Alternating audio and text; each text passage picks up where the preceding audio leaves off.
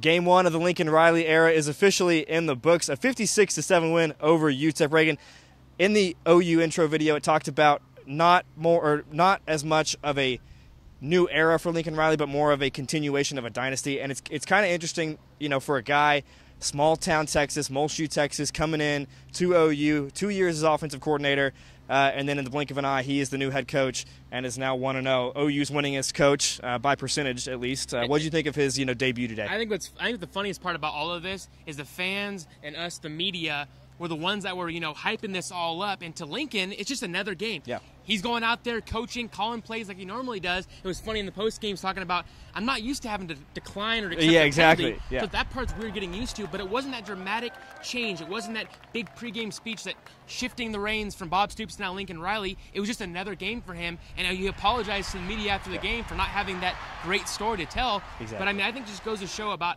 the type of coach Lincoln Riley is. He's just a very low-key guy. He just does his business. Yeah, exactly. And here's what the head ball coach had to say after his first win with the Sooners. It was fun, not because it was my debut, just because it was a great moment for our team. And again, our first chance to do this. And the whole team, the whole program's been through a lot here, in the last few months. And so to finally just get out there and do what we love to do, to get a chance to go compete together, to do it the first one here at home was fun. So it was we enjoy winning here, and we don't take it for granted. Wins are hard; they're all hard, and we appreciate this one very much. And it was a fun locker room. It still doesn't feel that much different. I mean, it feels like another fun first game, and I'll probably remember the young guys that stepped up and played well.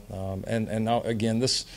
Probably the whole situation from June the 7th up until the day, the thing I'll remember the most is how our team and our staff have responded to all this change. And so today was a little bit of a culmination of that for me.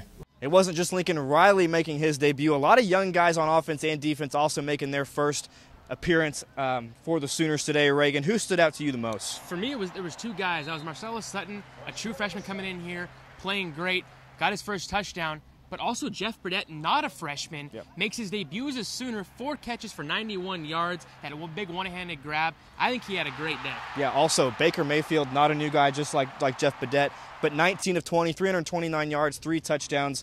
He had records going throughout the first half that he did play. Didn't play in the second half. But what a day for Baker Mayfield to start his senior season here at OU. The most exciting part for Sooner fans about that is the fact that he's able to find 3 guys through the air, not just the DD show like we saw last year, and 4 guys running the football. So spreading out the football, a lot more depth this year, a lot more quality over the whole offense compared to last year when it was one guy basically running the show. Yeah. And here's what the team had to say about today's win. It felt great. That there was a lot of emotions in the air. Today. It was the seniors, last first game, so our last season opener, and then, also we had a new head coach. It was definitely different, but it was good. That's always the most satisfying part of it, to see that many players get a chance to play, and it's very meaningful to them. I know the score is out of reach, but it tells you a little bit about them and how they go on the field and how they take it. And I think you see we have a lot of young talent. To be honest, today I felt like I was just getting my feet wet a little bit, but it felt good being out there, man. I was just trying to soak everything in. I really just wanted to go out there and get him his first W as a head coach, man, and that's what we did. OU's lone tune-up before next week's major showdown against Ohio State and Columbus. Reagan, what did you take away from today's game that can translate into next week's game against Ohio State? I think the one thing that Sooners fans and Sooners should be most excited about is the fact that there's so many guys on this team that are playing at a high level right now. You have multiple guys who can get the ball through the air and on the ground, 8 different guys scoring touchdowns today. That's the biggest key, because last year it was the DD show, as I said before, and playing a Ohio State team like that, you need more than just one guy, because they're going to cover that guy like no other. So having all these guys and having this much production from a lot of young guys as well is the biggest key for them. Yeah, and one thing that OU stressed about today that I think they did pretty well was starting fast, and they're going to need to do that next week in Columbus. Unlike how they did last year here in Norman, that's going to be a big key. If they get behind in Columbus next week in the Horseshoe, it's going to be a long, long day. They have a lot of talent, a lot of guys on offense and defense, and Baker Mayfield leading the charge. When you get behind in an environment like that, it's hard to come back. Yeah.